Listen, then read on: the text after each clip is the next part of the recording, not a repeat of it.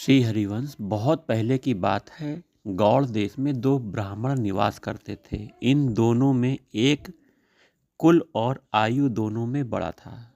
दूसरा नई अवस्था वाला साधारण कुल का था।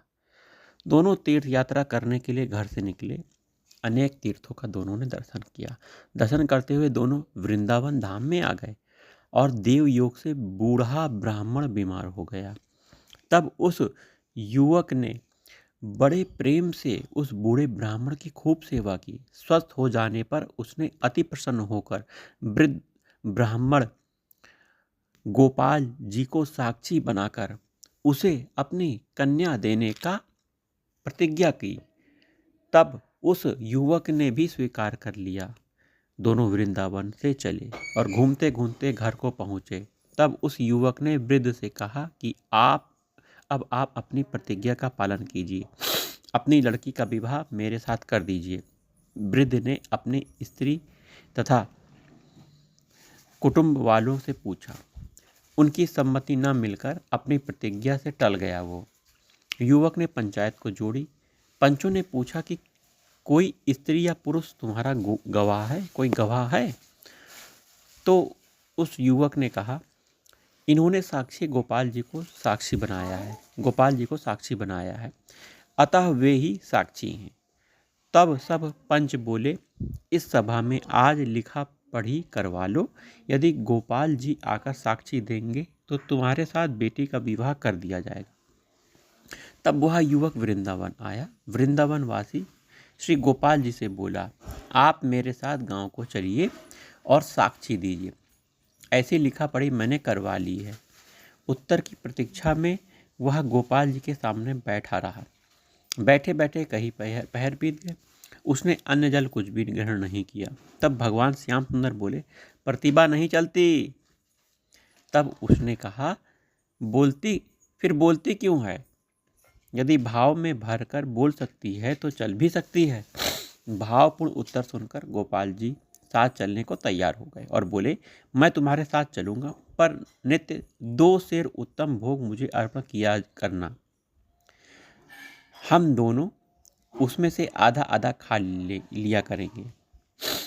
दूसरी प्रतिज्ञा यह है कि मैं तुम्हारे पीछे पीछे अपने पैरों के नूपुरों को बजाता हुआ चलूंगा। उसकी ध्वनि सुनकर तुम्हारे कानों में पड़ती रहेगी। पीछे पीछे घूमकर मत देखना। जहाँ घूमकर देखोगे बस मैं वहीं रह जाऊंगा। अब आगे आगे भक्त पीछे पीछे भगवान वृंदावन से चले। जैसे ही गांव के निकट पहुंचे, वैसे ही उस भक्त के मन में आया कि जरा चलते हुए ठाकुर जी की शोभा देख लो। घूमकर देखते ही साक्षी गोपाल खड़े हो गए और मंद मंद मुस्कुराने लगे। भक्त ने कहा, क्यों थक गए? क्यों? क्या? अब तो बस थोड़ी दूर चलना है। भगवान ने कहा, मैंने तो पहले ही कह दिया था कि अब मैं यहाँ से आगे नहीं जाऊँगा। पंचों को यहीं बुला के लाओ। वह युवक विप्र गांव में आया और सबसे बोला कि चलकर देखो, स्वयं साक्षी गोपाल जी साक्षी देने पधारे हैं। यह सुनते ही सब लोग आश्चर्यचकित हो गए। गांव के सभी लोग दौड़कर आए। पंचों के सामने श्री गोपाल जी के श्रीमुख से बोलकर साक्षी दी। इस प्रकार दोनों भक्तों की और अन्यों की अभिलाषाएं पूर्ण हो गईं। फिर वह गोपाल जी का विग्रह लौटकर वृंदावन नहीं आया। राजा ने गोपाल जी के लिए प्रेम से भोग राग प्रबंध किया।